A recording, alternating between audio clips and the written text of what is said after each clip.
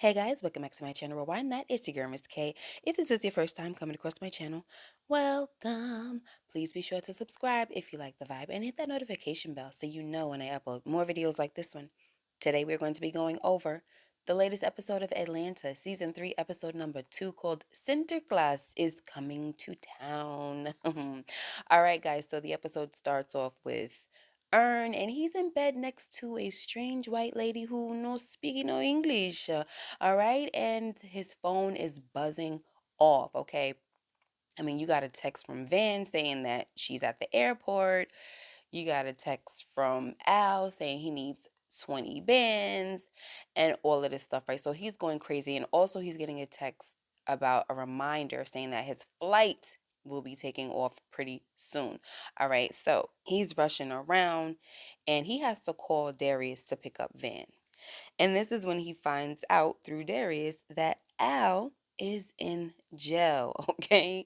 Also, when Ern asked Darius to pick up Van, Darius was like, I'm confused. Are you confused? Because, like, I thought y'all was not together anymore, And listen, he was definitely asking the questions that I was asking. Like, I thought y'all was over. What the heck is she coming all the way out to Amsterdam for? Okay. But it is what it is. And we find out that she's coming out there for some type of job opportunity because things didn't work out in the States for her. And she has a boyfriend. All right. So when Darius goes pick her up, we find out that her luggage has been lost and all that. So they got to go to this little shop to get a jacket because, it's pretty chilly out there. So they find this little address in the jacket, and Darius is like, oh, it's fate. We need to go there and stuff. So she's like, I'm down. So, they kind of go on this little adventure. They go pick up these strange folks and they take them to this place where there's a man on the bed and their people are crying over him. And Darius with his crazy behind is talking about, oh, it's Tupac and all of this. And then Van meets with the guy's death doula, who is basically trying to just be there for him and encourage him to move on and transition, right? And I mean, guys, this thing was crazy. It was pretty touching at first. And then, Van walks up to him and she's like, it's okay. Like, she's just touching his hand and she says, it's okay. And I was like, okay, like I said, guys, very touching, right? Then all of a sudden, because we're over here thinking that this man is sick. Then all of a sudden, some machine lets go this freaking sheet upon this man's head and suffocates him. And I was like, what the heck is going on? Right? Only on Atlanta. So they even turned a touching moment into some crazy, I don't know. It was a cult, another cult type situation going on, okay? Okay, so now we're going to jump back over to Ern, who's meeting up with the promoter guy or whoever this guy is that's in charge of the show that Paperboy is going to be performing at later on tonight. He tells the guy that he needs an advance of $20,000, so he gets it without a problem. And at this point, Ern thinks that he's taking this money to bail Al out. Meanwhile, Al is in jail and he's getting like the 5-star treatment. I mean, his jail cell looks like a freaking like cozy cabin room. I mean, beautiful little lantern. He's taking a nap. I mean, when he finds out that he posts bail, he's like, all right, tell him, just hold on. Let me wait till I get my lunch. And also after I take a nap, then wake me up. Like, he's getting the treatment, okay? Like, he's on some kind of resort and people are waiting on him hands and foot. And then when I say people, I'm talking about the guards. He's being treated like a king. Anyway, so when he gets out, he takes the money that Ern got, the 20 bands, and he starts throwing the money at the people that were like free Paperboy and stuff. So we can definitely see that Paperboy has the fame has totally went to this guy's head and yeah, he has arrived, guys, okay? But the thing I like about it is that, he loves the love and he's giving it back. You know what I'm saying? So that's the part that's dope about it. So I'm pretty happy for him because, when he was back in Atlanta, it was kind of a struggle. He was going through some things, okay? I also forgot to mention, guys, that the bell was mad cheap. So the 20 bands was not for the bell, okay? It was so that Al could throw some money around for these people. So that was kind of a waste a little bit. especially since it was an advance from the promoter. And then Paperboy wind up not doing the show, so it was kind of messed up, at the end of it all. So anyway, as Ern and Al are walking back to the car from, getting bailed out, they see a guy dressed as Santa Claus, and he's pulling this little kid on some, a set of wheels, and he has blackface on, guys. And so Ern and Al are looking like, what the heck is up with that? So they ask the driver. So he tells them that that's Zwarte Piet or whatever, because this is a tradition that they do in the Netherlands. And he's blackface because he fell down the chimney, okay?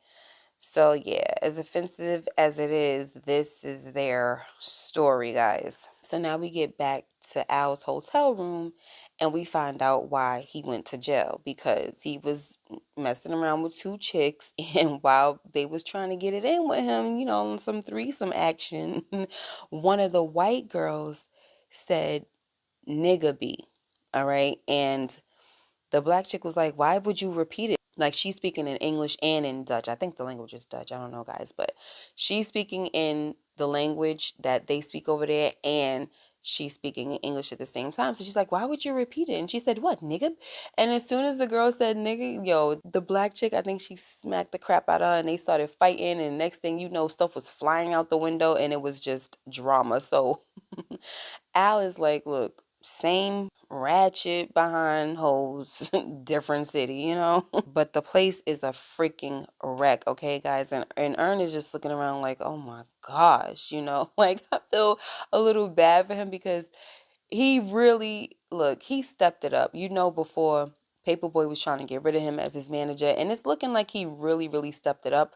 And because he stepped it up so well, it seems, Paperboy kind of calls on him for every freaking thing, okay? Like, I think when he finally was trying to relax later on, he gets this text that he needs like 300 pieces of fried chicken or wings or something crazy like that. Paperboy be acting like he's not just his manager, but like he's his assistant and stuff like that. Like, somebody that's just at his beck and call.